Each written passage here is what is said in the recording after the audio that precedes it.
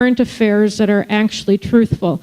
You know, I saw the report that came out, I think it was 2 days ago, about the email list of several hundred, apparently, left-wing reporters in the United States about Reverend Wright, that there was this list called Journal List that involved several hundred leading reporters who in the United States who are associated with the left, and they apparently connived and conspired to kill the story about Reverend Jeremiah Wright when it came out during the 2008 campaign.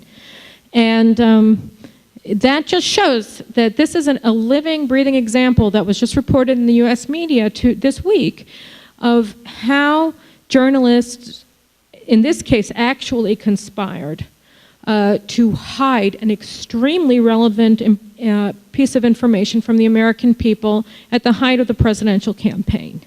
That the President of the United States sat in the pews for 20 years of an anti-Semitic church and an anti-American church and an anti-white church and listened to a bigot talk about how horrible the United States is and how horrible the Jewish people are.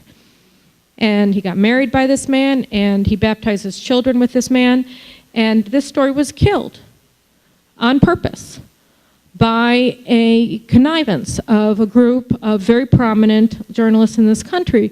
And I think that that really is indicative of an overall problem, not only in Israel and not only regarding Israel, but regarding news in general. All the news that doesn't fit a certain political agenda that comes from the left wing of the political spectrum. And I think that we really have to recognize that if the problem is not only limited to Israel, then the solution can't only come from Israel. The United States and Europe and Australia, England, and throughout the Western world, there has to be an empowerment of the people to get beyond the tripe, to understand that they're being lied to.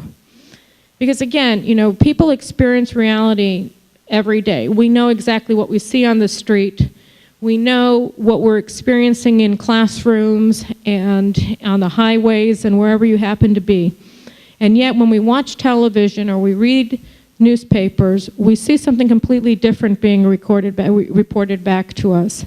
And again, I think that when people are presented with a lie and they're presented with the truth, they can't see the distinction. And the question is just, how are you able to package the truth in a way that people will feel comfortable discussing it?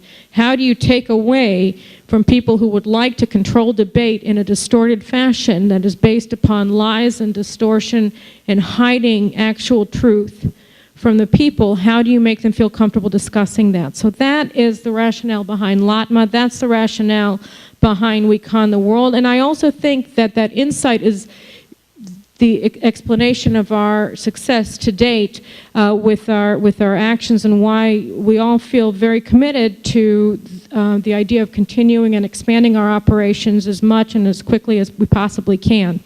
So those are my thoughts that I wanted to share with you, and I'll be happy to take as many questions as we have time for.